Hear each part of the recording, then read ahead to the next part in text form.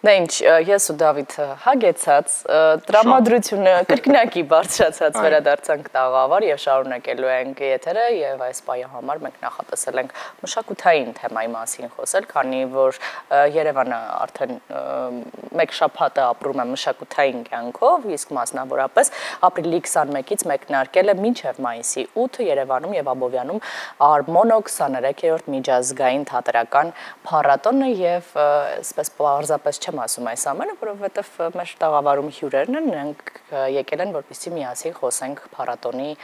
մասին եւ այս տարվա ակնկալիքները, որոնք են եւ ինչ ներկայացումներ կան եւ մնացած հարցերը արդեն նրանց հետ։ Այո, հարցերը շատ են, ներկայացնենք մեր հյուրերին Արմոնո թատերական փառատոնի տնօրեն Մարիաննա Մխիթարյան, բարի լույս։ Բարի լույս։ Եվ դերասան Արմեն Քուշկյան, բարի լույս։ Շնորհակալ ենք տաղավարում հյուրընկալվելու համար, շնորհավորում ենք արդեն 23-րդ անգամ է փառատոնը անցկացվում, բուրըն ընթացքի մեջ է վստահ ենք։ Իսկ այդ ինչ խորը հոգոց է։ Ես հենց ասացի միանգամից արդեն ուզում եի հասկանալ ինչու։ Ուրախության հոգոց էր, թե հոգնածության հոգոց։ Ես կարծում երկուսն էլ միասին, որովհետև հիմա բուրըն ընթանում են չէ փառատոնի բոլոր աշխատանքները, դե պատմեք մեզ։ Դա ինչ ասեմ, ինձ մոտ այդպիսի տպավորություն է, որ փառատոնը ոչ թե սկսվում է կամ փակվում է, այլ ինքը քանի որ մենք չենք փակել փառատոնը, նա անընդհատ շարունակվում է։ Մենք չենք էլ բացել եւ այդպես շարունակ։ Արմոնո փառատոնը կամաց անցնում է Արմոնո պլյուսին, հետո տարբեր հյուրախաղեր, մասնակցություն տարբեր փառատոններին, արտավազդ մրցանակաբաշխությանը այս տարի Արմենը ստացավ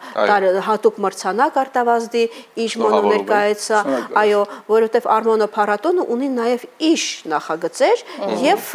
դա սկզբից Գոմեշն էր, հետո Սասունցի Դավիթը եւ այսպես շարունակ մենք այսպես ինչ որ տարբեր հյուրախաղերի, տարբեր փառատոնների մասնակցում ենք եւ այսինքն մենք արտավազդից հետո Նարինե Գրիգորյանը մեկնեց Միացյալ Նահանգներ, որտեղ խաղաց 2 մոնո ներկայացում, մեր երիտասարդ Արման Մաթևոսյանը, որը նույնպես ստացավ արտավազդ որպես լավագույն տարվա երիտասարդ դերասան, նա մեկնեց Էմիրատներ, հիմա որտեղ նա ստացավ հրավեր եւ Եգիպտոս եւ Մոլդովա եւ էլ չեմ հիշում, չխորանանք չեմ հիշում էլ ինչ մի քանի երկիր, մի խոսքով 5 փառատոնների եւ այսպես շարունակ մենք անընդհատ ինչ որ բաների մեջ եւ տարին անցնում է, դառնում է աշուն եւ հասկանում ես, որ Արմոնո պլյուսի ժամանակն է։ Մասնավորապես մոնո ներկայացումների այսպես ակտիվ զարգացման համար այս փառատոնը մեծ աշխատանք է իրականացրել, տարիների աշխատանք, որտեղ որ եւ բեմադրիչները եւ դերասանները հասկանալով, որ ունեն նաեւ արտահայտման այս հարթակը, սկսել են աշխատել այս ուղղությամբ, Արմեն մի փոքր նաեւ դուք պատմեք ձեր փորձառության մասին ինչպես որոշեցիք մոնո ներկայացման հանդես գալ, արդյոք արդեն իսկ աշխատանքների սկզբում կար հեռանկարը, որ պետք է այն հետո ներկայացվի Արմոնոին, այս ամբողջի մասին մի փոքր այսպես Ես մի անգամ ասել եմ, կրկնեմ, Արմոնոն դարձել է ինձ համար այն հարթակը, որտեղ ես իրոք բացահայտվել եմ, որը լրացրել է ստեղծագործական բացը եւ տվել է ինձ հնարավորություն ներկայանալու։ 5 մոնո ներկայացում է արվել, իդեպ առաջինը, որ արվել է, չի արվել Արմոնոին մասնակցելու միտումով։ Այդ հետո արդեն որոշվեց, որ կմասնակցի փառատոնին եւ այդ մի հատ բան ունի Արմոնոն, վարակում է քեզ։ Մի անգամ որ մասնակցում ես, վերջ նորից ես ուզում էլի ուզում ու արդեն 5-րդ ներկայացումն է մոնո եւ ես պիտի ասեմ, որ հենց Արմոնոյի շնորհիվ է, որ ես լիքը հմտություններ եմ ձեռք բերել, որովհետև ինքը տալիս է այդ հարթակը, որտեղ դու կարող ես լրիվ լիարժեք բացահայտվել, աշխատել ու ներկայանալ։ Իսկ հետաքրքիր է այդ 5 ներկայացումներից հետո, որտեղ որ թույլ տվեցիր քեզ նորովի ինքդ քեզ ճանաչել, հետո վերադարձա արդեն թիմային աշխատանք, ավելի լավ է ստացվում, ավելի հեշտ է, թե հակառակը, այսպես ավելի առանձնացվում է։ Անկեղծ ասեմ, այս վերջերս զգացել եմ, որ բավական դժվար է, որովհետև նախ դերասանական էգոիզմ է ձևավորվում, որ ռեժիսորը մենակ քո հետ պիտի աշխատի։ Կամերայի բանը, կրուպնի պլանը, մենակ իմ վրա, ուր գնացիր, այստեղ եմ, ես։ Հետո բանը, բայց կարոտում ես։ Երկար ժամանակ որ աշխատում ես ներկայացումը մոնո ստեղծելու այդ process-ի մեջ ես, հետո կարոտում ես այդ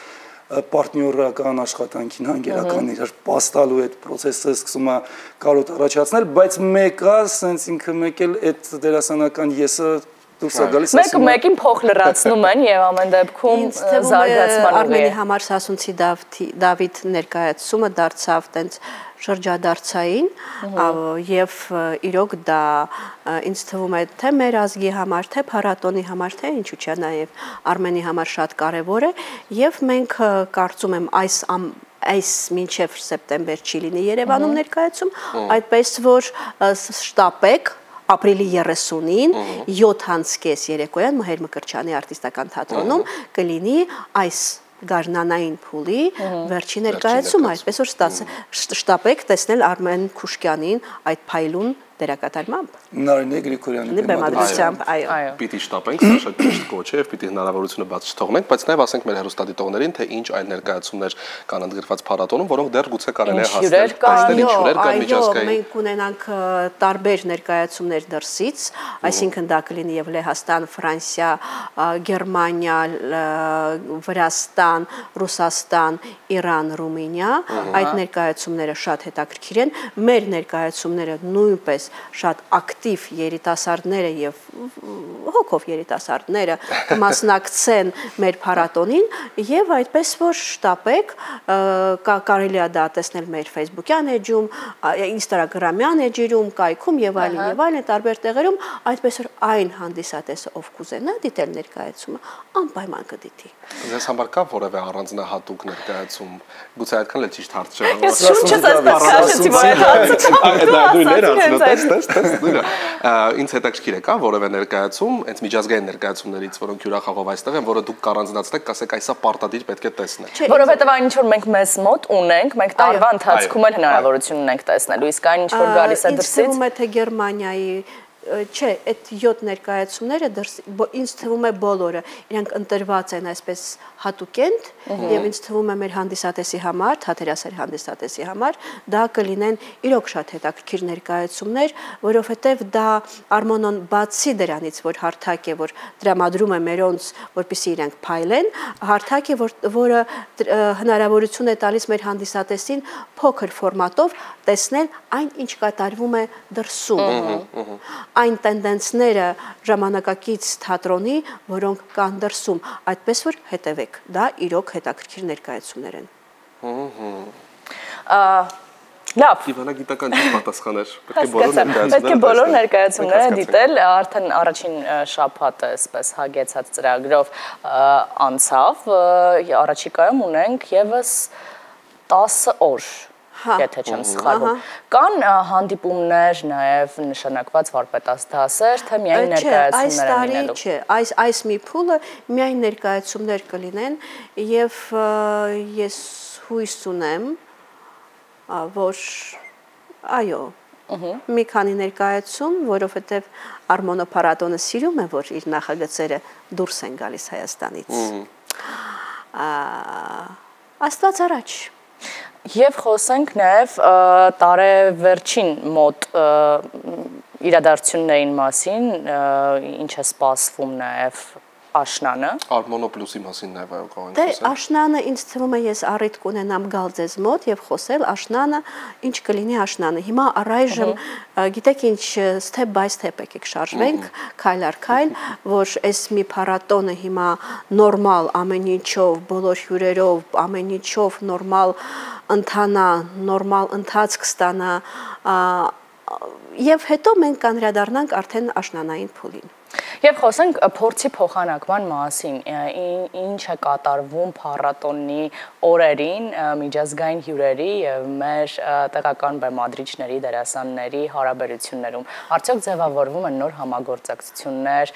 բացի նրանից, որ ներկայացումները հնարավորություն են ստանում այլ փառատոնների եւ այլ երկրներում ներկայանալու, արդյոք այդ կապը ստեղծագործական եւս ձևավորվում է եւ ունենք օրինակներ։ Իհարկե, դա շատ կարևոր է այդ շփումը ոչ ֆորմալ։ Այդ շփումը ինձ թվում է շատ կարևոր է, չէ՞։ Միանշանակ մենք ծանոթանում ենք։ Այո։ Մենք նայում ենք մեկս մեկից, հետո բնականաբար մոտենում ենք, շփվում ենք, ծանոթանում ենք, նստում ենք, սրճում ենք։ Հիմա տեսեք, Արմոնոյի ժամանակ, երբ որ ես ներկայացրեցի Վայ Շավերդյանի բեմադրած Ապուշը մոնոներկայացումը, դրանից հետո գնաց արդեն փառատոների մասնակցություն եւ հիմա ես կարող եմ ասել, որ Լիտվայում ունեմ լավ ընկերներ, ու ես հանգիստ կարող եմ զանգարել, ասել ես ուղակի գալիս եմ եւ իրենք ասեն համեցեր, ու իրենք ինձ կպահեն իրենց տանը։ Ոչ միայն Լիտվայում, այլ էլի լիքը տեղեր կա, որտեղ